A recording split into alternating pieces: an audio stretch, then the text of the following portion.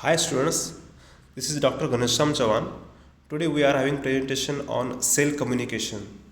So students, in last lecture we are discussed regarding the cell junctions, how the cell are connected with each other and what is the responsible elements to connect both the cells. Today we will discuss regarding the cell to cell communication, how one cell is going to be communicate with the another, and how many types of cell communications are there, how the cells are working, how they are transferring their information from one cell to the another cell. Cell need to be able to communicate to other cell and respond to environment changes. So when one cell is going to be communicated with another cell, so it is showing some responses by producing some protein element or by transferring the electrical impulses or electrical signals from one cell to the another cell. For multicellular organisms, cell to cell communication is very important for any function of your body. Either it will be release of any hormone, release of any neurotransmitters, release of any enzymes, release of any sort of chemical, release of any autocoids, for example 5st or histamine. Cell to cell communication is very important. Either it may be signaled by the environmental stimuli or by the cell's internal stimuli or cell's internal communication. So external signals are converted into the responses within the cell. Means from the external stimuli that cells are signalized, they are sensitized that impulses, and they are sending that impulses towards your brain, and brain is taking the actions, and they are sending the respective orders or send the respective responses for the cells, which they are showing their response, and they are releasing something. Means something means they are releasing some chemicals, neurochemicals, it may be hormones or it may be any sort of enzymes or whatever it may be. For unicellular organisms, they need to be able to respond to physical and chemical changes in their environment. Unicellular organisms can communicate and influence the another's behavior. Means by communicating that cell, it will also affects on the whole organism's behavior. For example, suppose if any cell will communicate, cell means the neuronal cell, neuron will communicate the neurotransmitter like dopamine, and the dopamine release will affect into the changing in the behavior of that person or animal. That person may become psychic, or the suicidal tendency will be developed due to that typical neurochemical. It may happen because n number of neurochemicals are responsible for various types of behavioral patterns, psychological changes which may occur due to these neurochemicals. Many bacteria can respond to chemical signals that are secreted by their neighbors and increase in concentration with the increasing population density. Yes, it is fact, because when we are producing the drugs like rifampicin at large scale, there is one bacteria who is responsible for to production of that rifampicin. It is antibiotic. So for that the bacteria are responsible, and when these bacteria are increasing in numbers, so from one bacteria that chemical signals has been transferred to that typical fungi, and that fungi are producing that typical antibiotic at large scale. So there is signaling occurs from bacteria to that fungi, and by that fungi in the form of chemicals they are transferring the information, and they are increasing the numbers of populations, number of cells. So at large scale in the industry, if you'll see the drugs, the antibiotics like drugs, for example, it may be penicillin, it may be amoxicillin, it may be cephalosporin, it may be cefixime. There are n numbers of antibiotics now has been synthesized in the industry at large scale. Why? Due to this bacteria, because bacteria itself can produce that antibiotics. So allowing them to coordinate their behavior, including their mobility, antibiotic production, spore formation, and the sexual conjugation. These are the classical examples of that increased cell production. Each cell is programmed to respond to specific combinations of extracellular signal molecules. So these are the various examples of the signaling process, how they are involved into the various types of processes. In that first example, if you will see that one cell is going to be survive by doing that communication, by doing that signaling. In the second example, that cell is going to be grow and divide, means multiplication will occur, means cell division will occur by doing that signaling from one cell to the another cell, means they are carry forwarding that signaling, the signals which occur by the control center, it may be brain or it may be the control center of that individual or that organism. So when that signals comes toward the cell to growth, to increase for repairment or for reproduction or for the continuous growth of that organ or organism or that cell, or for repairment, suppose if any part of that cell has been damaged, so to counterbalance the quantity of that cell, the cell growth will occur and repairment will occur, the typical part. And in that third example, the differentiation will occur, mean one cell will differentiate into the another, means it transformation of that cell will occur. For example, in that in one presentation we also saw that that stem cell, means pluripotent cell of the blood, that stem cell will able to develop into the myeloid cell and lymphoid cell, and that cells are going to develop into the RBC, platelets, WBC, monocytes, lymphocytes. So in this fashion, differentiation will occur, means transformation will occur, means one cell is going to be developed into the another cell, means one special cell will develop into the another normal cell. So that transformation will occur. It is also called as a differentiation. It occurs due to this signaling which occurs into the cell from one cell to the another cell. And last example is that in that one cell is go under the process of apoptosis. What is apoptosis? It is a process of programmed cell death. When the signals come toward the cell, that the cell has to be death. So in that condition, that signal leads into the programmed cell death, means automatically cell death will occur. So this occurs normally in our body when the cell numbers has been increased unnecessarily. So in that case, the signals come toward that cell to kill that cell. There are certain cells like CD8 cells are there, they are cytotoxic cells, means they are killing the cells. Cytotoxic, cyto means cell, toxic means they are killing that cell. So in that case, the killing of the cells will occur. So that also called as commit suicide. So the cell deprived of appropriate survival signals will undergo the process of apoptosis, and it doesn't occur in case of the cancer cells, and due to which they are increasing in uncontrolled number. Now in normal cell, in normal people, in normal human being, if the cells are normal, means the cell go under process of apoptosis, means the cell number will be controlled by doing this apoptosis. The same signal can cause different reaction depending on the target cell. So here you will see the neurotransmitter or chemical or neurochemical, it is called acetylcholine. Now we are taking only one example, there are n number of examples regarding this thing. So if you will see the action of acetylcholine on our heart, means myocardial cell, heart cell. So on that myocardial cell, it will bind, that acetylcholine will bind. Here you can see, here it will bind. There is the typical protein receptor is here which is available on your myocardial cell, and this acetylcholine will bind there, it will target there, and due to which what is the its action will, two actions will be occur.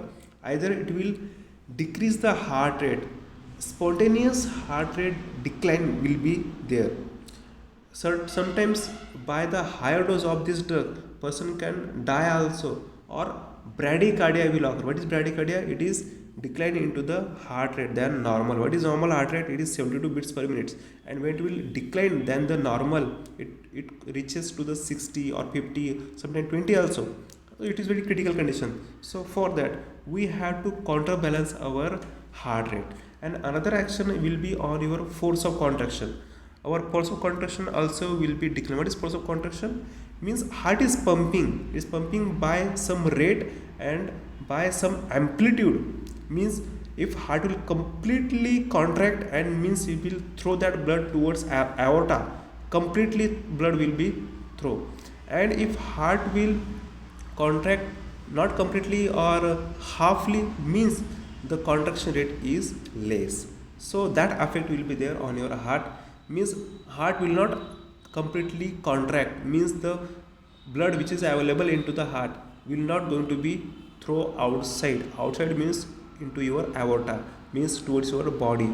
Means the rate of flowing into your blood cells or your blood pressure is not going to be maintained, it can be rise. So in this fashion the heart, the effect on heart of that acetylcholine will occur. But in other hand, if you will see its effects on your muscles, skeletal muscle especially, if you will see, so its effect when it will bind or it will target to your typical receptors, so what will be its action? It will show the contraction. Here you will see the size is increased, and due to the effect of that acetylcholine, the contraction of your skeletal muscle will occur. So it is not only on the skeletal muscle but also on your smooth muscle. It will show the contraction of your smooth muscle, either it is gut muscle or respiratory muscle, tracheal muscle or uterus muscle. So it will ultimately show the contraction of your muscle. In the in the salivary glands, here it will bind. What will be its action? So here you can see the vesicles are there where the saliva has been contained, so that saliva will be released. Means the ultimate effect is secretion of saliva, secretion of salivary glands from that saliva.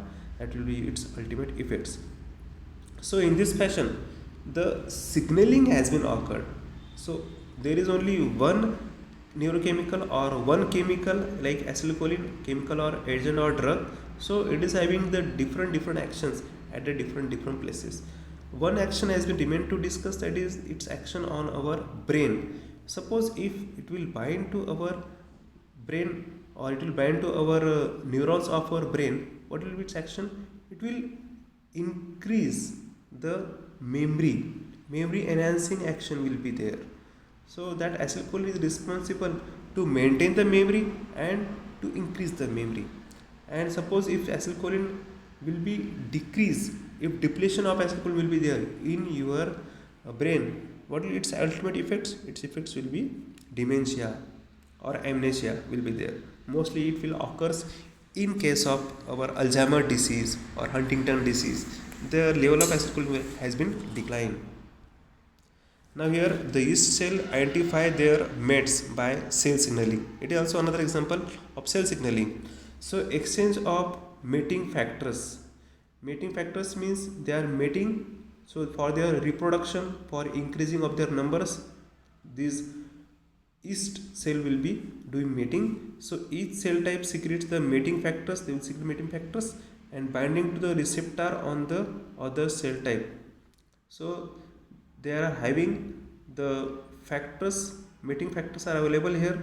So they are secreting they are having the receptors and they are binding toward that factor will bind to a specific receptor. Here you can see is the receptors and is a factor, mating factors, which can be bind to the specific receptor.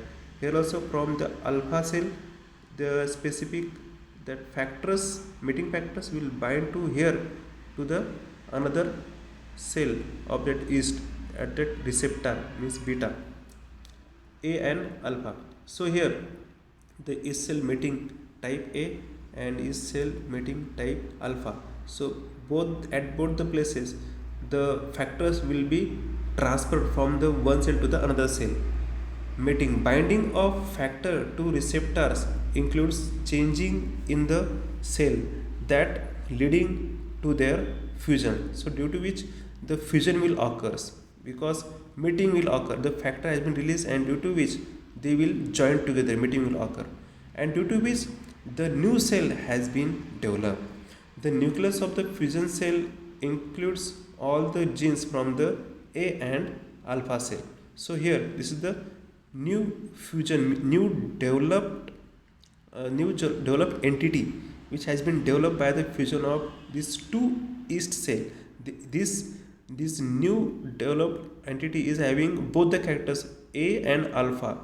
It is a new hybrid molecule has been developed by fusion of two yeast cells. So in this fashion, by signaling, the mating also occurs. Now signal transduction pathways, it converts signal on a cell surface. On cell surface, you have recently saw on cell surface it converts the signals and it gives the cellular response. And that cellular response, in last slide we have saw the mating has been occurred. Before that slide we have saw the release of neurochemicals will occur, release of typical that saliva or enzymes will occur, or contraction or relaxation will occur. So in this fashion the various types of actions or cellular response has been occurred. Now local and long distance signaling. Cell in a multicellular organism communicated by the chemical messengers. So chemical messengers are there, they are communicating from one cell to the another cell. Animal and plant cell have cell junctions that directly connect to the cytoplasm of the adjacent cell. For example, the synapse is the one of the example of cell junctions. In local signaling, animal cells may communicate by direct contact, cell to cell recognitions. So here the specific receptor has been recognized by the cell, and that typical neurotransmitter will bind to that specific receptor only. So that's why cell to cell recognition will be there and the communication will occur directly. Now here you can see the animal cell and plant cell is there. So here you can see the gap junctions between animal cells are available, and due to which the communication will occur from one cell to the another cell. In case of plant cell also the communication will occur. A cell junction, both animals and plants have cell junctions that allow molecules to pass readily between adjacent cells without crossing plasma membranes. So they are very frequently and they are very constantly passing their elements, their nutrients, their solids from one cell to the other cell. Now local signaling, animal cells. So in the local signaling means from the one cell that typical neurotransmitters or the typical chemical will transfer to the another cell. It will bind that typical sort of that adjacent element will bind to the another cell, adjacent cell, to the receptor of the typical cell. The cell to cell recognition will be there, means one cell will bind to the another cell, means both the cells are complementary to each other. Two cells in the animal cell may communicate by the interactions. So here the process of phagocytosis is the classical example in that case, means that macrophage will find that typical bacteria or viruses and it will bind, it will do the complement binding. The same type of complement binding also will find in case of the antigen antibody reactions. The antigen antibody reactions also signaling occurs by that major histocompatibility complex will be there. So cytokines will be released, the signal will be there towards that cell and it will bind to that specific directly to that antigen, it will bind and it will form the complement binding. So in this fashion the same type of signaling also occurs here. So it is an example of that. In another cases, animal cells, they communicate using local regulators. So it is an example of paracrine signaling. What is paracrine signaling? When from the one cell the neurotransmitters or neurochemicals or any sort of chemical agents will release and they will attach to the nearby cells, nearby multiple cells. So it is called as paracrine signaling, means the target cells are nearby cells and more than one cells are there. So a secreting cell acts on the nearby target cell by discharging molecules from these vesicles, molecules nearby target cell, and by discharging molecules of the local regulators or growth factor or examples into the extracellular fluid. So in this fashion they will target to the nearby cells. And synaptic signaling, so here students try to understand, when the one neuron will bind with the another neuron, there the communication junction is there or communication gap is there. That typical gap is called as synapse. So at this synaptic cleft, the communication between two neurons will occur, and communication will be in the form of transmission of neurotransmitters. So how the neurotransmitters will occur? So from this point, from there is one neuron, from the neuron from this axon area up to this end terminals, the end bulbs are here. So here there are lots of vesicles, sacs are available, they are embedded with the neurotransmitter. Here the neurotransmitters are available, and these neurotransmitters, specific neurotransmitters are available for the specific receptors which are available here. Here the specific receptors are available at the dendrite part of the another neuron, and at the specific voltage, at the specific voltage gated channels, at the specific release of electrolytes at a specific voltage, these vesicles are releasing their neurotransmitters like acetylcholine or dopamine or GABA or glutamates or glycine or 5-HT. Like this, any sort of neurotransmitter will be released from these end terminals of one axon or one neuron, and it will bind to that specific sort of or specific type of receptor which is available at the dendritic part of this another neuron, and that specific, that neurotransmitters will bind to that specific sort of or specific type of receptor, and which is responsible for its action.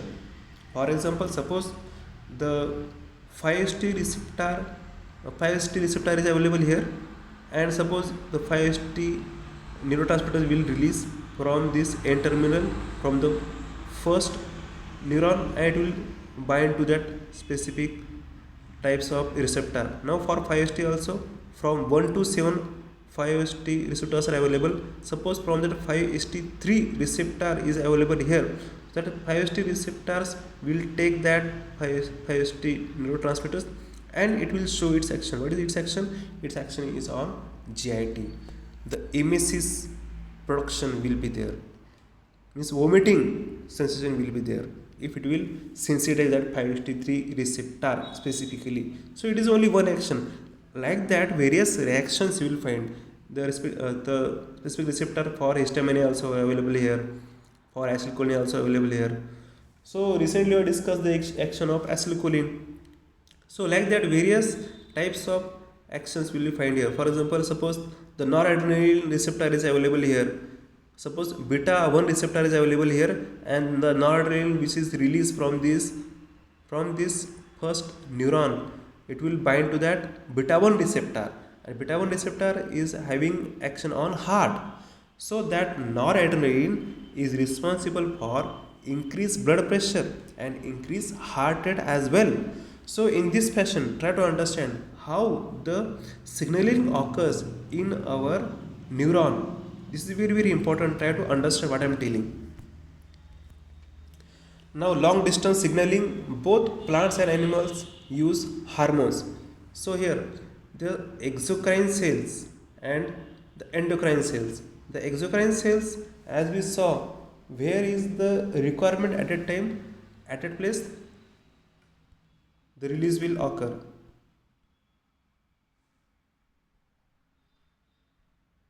So here is so the exocrine cells are acting like this. So where there is requirement, target cell is there, at the same place the release will occur and it will bind to the respective target cell. But here in this case,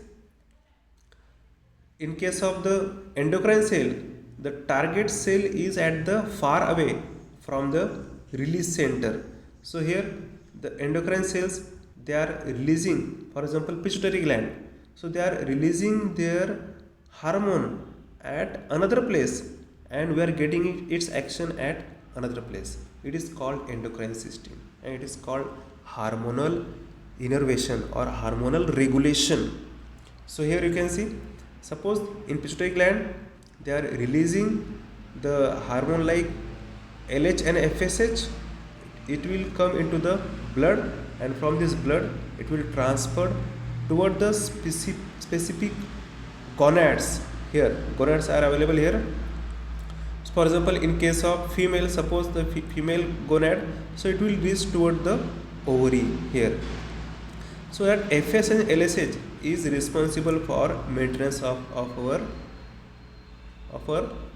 cycle, cardiac cycle. So due to which it is responsible for release of typical hormone like estrogen and progesterone. So the hormonal signaling will occur. So in this fashion, the release is at the different place and its action, the target cells are at the different place. So it is far away from the releasing area. So in this fashion it happens. So it is called hormonal signaling. The specialized endocrine cells secrete hormones into body. Often the blood and hormones may reach virtually all the body cells. So whenever or wherever that specific organs are available, at that place the specific hormones will carry it through the blood and they will reach to that specific area. So I hope you understood. In this fashion the transfer of that hormone will occur into your body. Now there are several examples of cell communications that I will discuss with you. In that, first is ADH. What is ADH? It is antidiuretic hormone. That ADH hormone is responsible for controlling your production of urine. And how it is maintained? It can be maintained by the release of this ADH hormone. If ADH hormone will release, means it will decrease the production as well as decrease the release of your urine. And next is GHRH. It is growth hormone releasing hormone. That hormone is responsible for to control the release of growth hormones.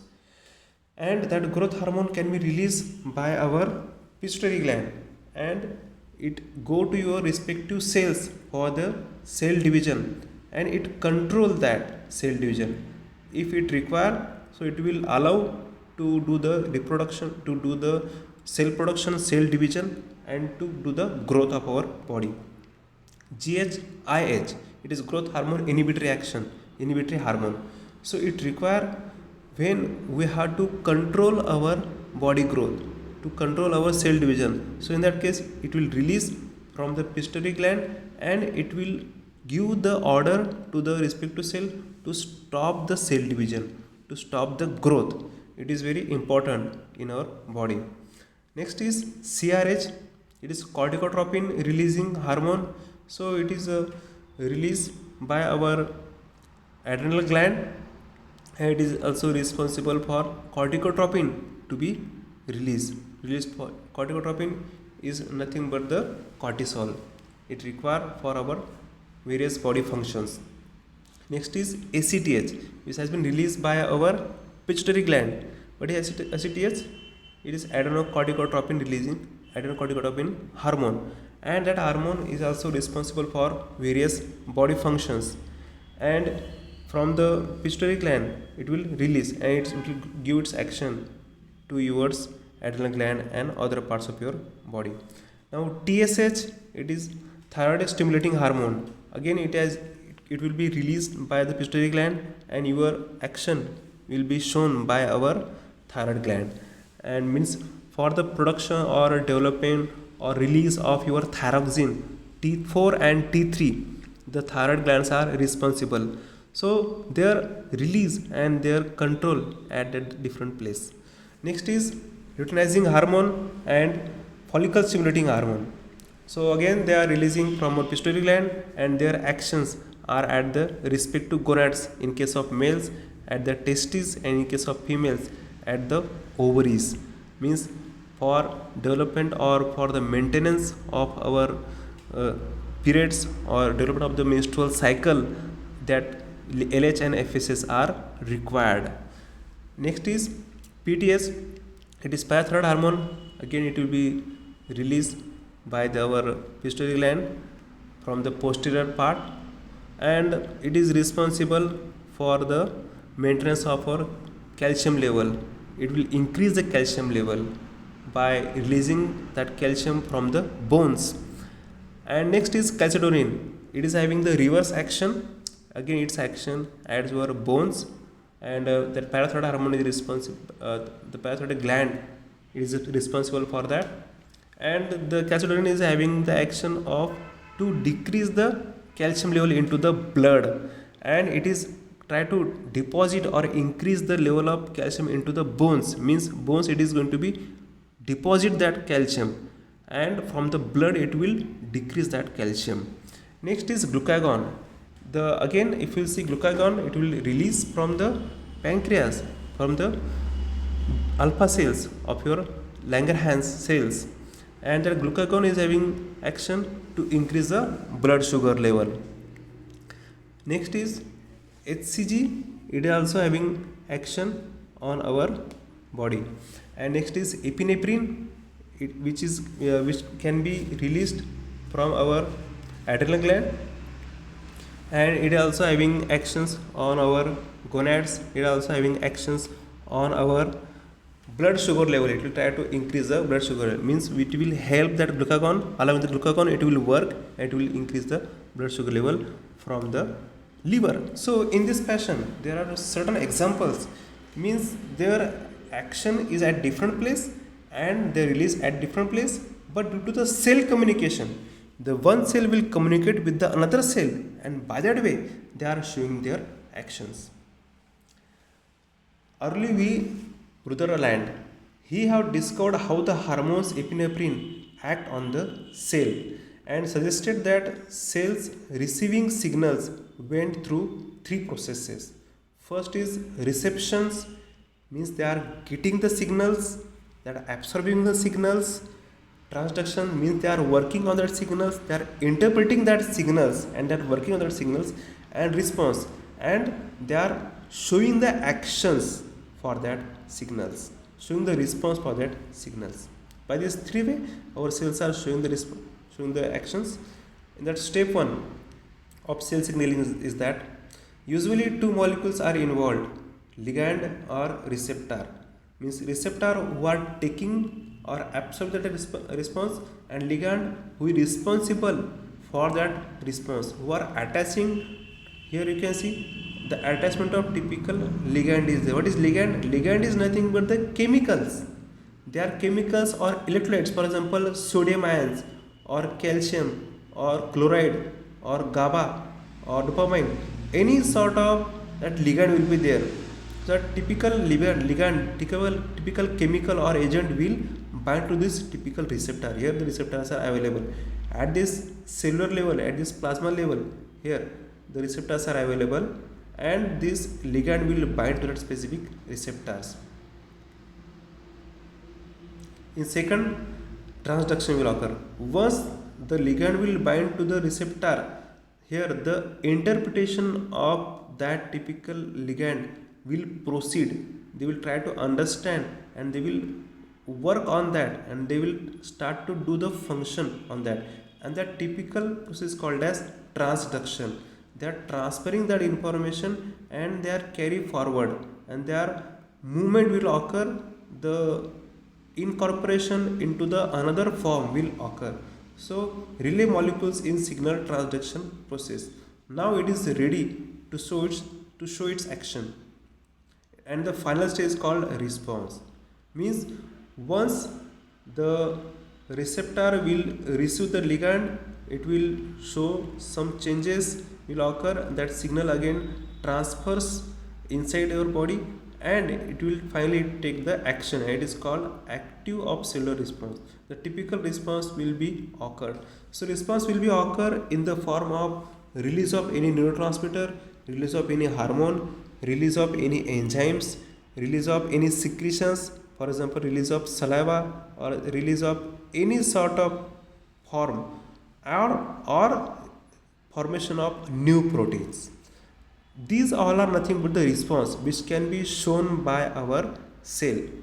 So in this fashion, one cell will carry forward that response and it will give that response to the another cell, and next cell again carry forward the response from one cell to the another cell till we are getting the final results, final response. Now reception, a signal molecule bind to a receptor protein that causing, receptor protein is nothing but the receptor is also called as receptor protein, that causing it to a change into the shape. So once the receptor will get that ligand, it will start to change its shape, means they are interpreting. The cell targeted by a particular chemical signals has a receptor protein on or in the target cell that recognizes the signal molecules. Recognition occurs when signal binds to a specific site. Means suppose if acetylcholine will bind to the specific receptor site, for example it will bind to the any muscarinic site of the smooth muscles. If it is on M1, means it is showing its action on central nervous system. So specific site will bind and it will show its action on the receptor that is complementary in shape to the signals. Means it doesn't occur that when the neurotransmitter will release and it will bind to the muscarinic receptor, it will definitely bind to the alpha or beta receptor. Suppose the dopamine will release, so it will definitely bind to the D1, D2, D3, D4 or D5 receptor. Out of them any one receptor it will bind. It doesn't occur that one typical neurotransmitter or neurochemical will bind to the different receptor. There are specific receptors are available. For example, histamine bind only on H1, H2 or H3 receptor. It won't bind the receptor for 5-HT. Try to understand. So ligand binding causing the receptor protein. So that typical ligand, for example sodium ions, it will bind to a typical receptor like benzodiazepine ligand it will bind, or it will the sodium ions is ligand, so it will bind to the GABA receptor. So that typical ligand binding is initiating the action of that typical neurochemical or action of that typical receptor. So ligand binding causes the receptor protein to undergo a change in shape that may activate the receptor so that it can interact with other molecules. So once the typical ligand will bind to your specific receptor protein, so that will undergo the changes. It will undergo changes which they require for that further actions, for their next action, what protein they require. So that typical protein they will modify, they will change into their shape. Intercellular receptors. Some ligands are small hydrophobic molecules that can cross cell membranes. For example, testosterone.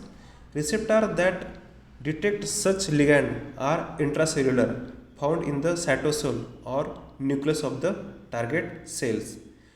An activated hormone receptor complex can act as a transcription factors, turning on the specific genes. It happens in case of the steroidal receptor or gene expression receptor, where the activation of the hormone receptor will occur. Now in case of the progesterone receptor, so that at that typical receptor, alpha or beta receptor, the typical drug will bind and they will start to show its action. For example, estrogen, it will show its action. as a ovulation. So like that, the typical sort of hormones, they will bind to a typical receptor and they will show its action. So here in gene expression receptor, this thing will occurs. And receptor that defect a ligand are intracellular and found in cytosol or nucleus of the target cell. So ligand like sodium ions or the chloride ions, for example, chloride ions are binding with the GABA or they are binding with the benzodiazepine receptors. So like that, they are showing their actions. Here you can see the hydrophobic messengers include the steroid and the thyroid hormones. Recently I have discussed, I have given the example of estrogen hormone. Estrogen hormone receptors are available on our body, or progesterone receptors are also available, or the testosterone receptors are available on the gonads of males. Now here you can see, students, try to understand. Here is the hormone testosterone. So this hormone is bind to the specific receptor. Here is the receptor protein for the testosterone. It will bind here. The steroid hormone testosterone passes through the plasma membrane and they will bind to the specific receptor. Testosterone bind to a receptor protein in the cytoplasm and activating it. Once it has been bind to it, so it will activate it. Once it will activate, means that testosterone, when it will activate, it will get converted into the dihydrotestosterone. It is another form. It will transform. And the hormone receptor complex enters the nucleus and bind to the specific genes. So it will enter toward the nucleus and it will bind to the specific genes. The typical genes, it will bind that specific genes. The bound protein stimulate the transcription of that gene into the mRNA. So here it will bound protein, it will do the transcription of the genes and it will develop into the new protein. It is new mRNA, nothing but the new protein it will develop. And that new protein development process has been started. mRNA has been developed. And finally, the mRNA is translated into a specific protein and it will develop into the specific protein. The specific protein development is nothing but the final stage of release of the typical hormone. Try to understand. Means finally what will happen? It will release that typical hormone from our body. For example, during the ejaculation, whatever sperm production will be there, that sperm production will be developed. It is a classical example. From this testosterone and final stage production of our sperm, spermatogenesis is the classical example of formation of new protein or cell communication. In this fashion it occurs, and also it is responsible for this gene expression development. Here the gene expression has been occurred, which is responsible for production of mRNA, and new protein has been occurred. So in this fashion, regularly in our body, this process has been occurred at the typical temperature, just below 3 degree of our body, that sperm production will occur. So normally it happens and it's signalized from one cell to the another cell. From one cell to the, constantly it carries the impulses from one cell to the another cell. Now receptors in the plasma membrane, they are three main types of membrane receptors. One is G protein coupled receptor, also it is called a G protein linked receptor. Second is tyrosine kinase receptor. The example is that insulin, it is called tyrosine kinase receptors. And third is ion channel receptor. It is also called as ligand gated receptor, ion channel receptor.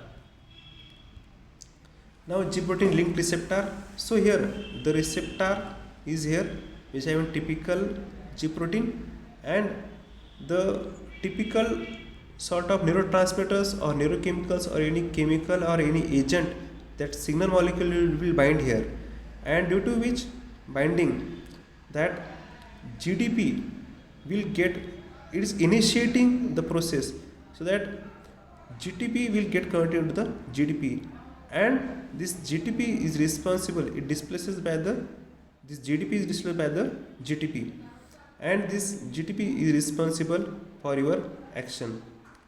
So there is activation of this G protein will be there, and it is responsible for the production of secondary messenger it will increase the cyclic AMP, and it will also initiate, it will increase the adenylyl cyclase. Activation of adenylyl cyclase will occur and it will increase the cyclic AMP, and it which is responsible for this process of cellular response.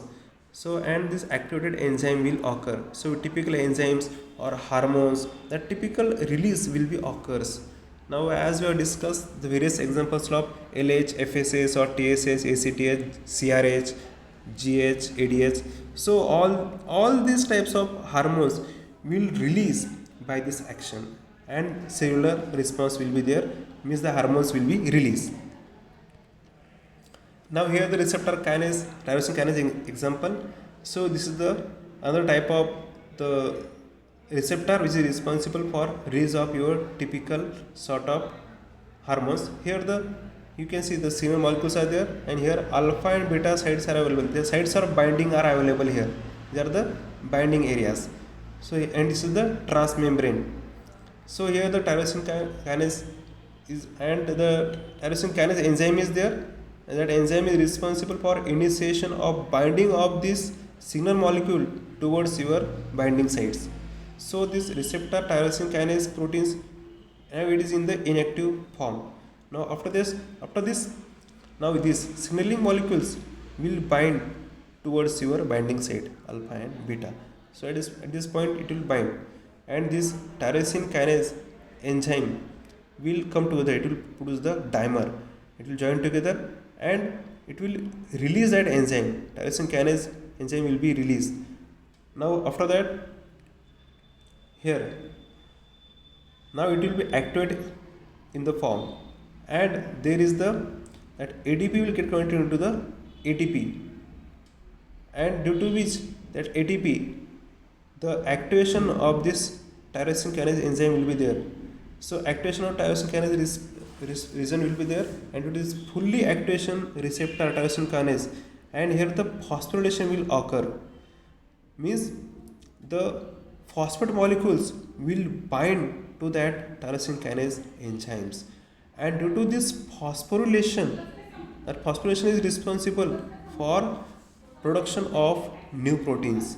So here you can see the cellular, and that new proteins will be developed by this phosphorylation, and this new protein are nothing but the response, cellular response, and here the insulin will be released by this tyrosine kinase enzymes, and insulin can be released into your pancreas. It is the ultimate effect or ultimate goal of our action, and these proteins are also developed, and the development of proteins are leads into the development of your insulin release. So in this fashion the release system has been developed by this cellular response.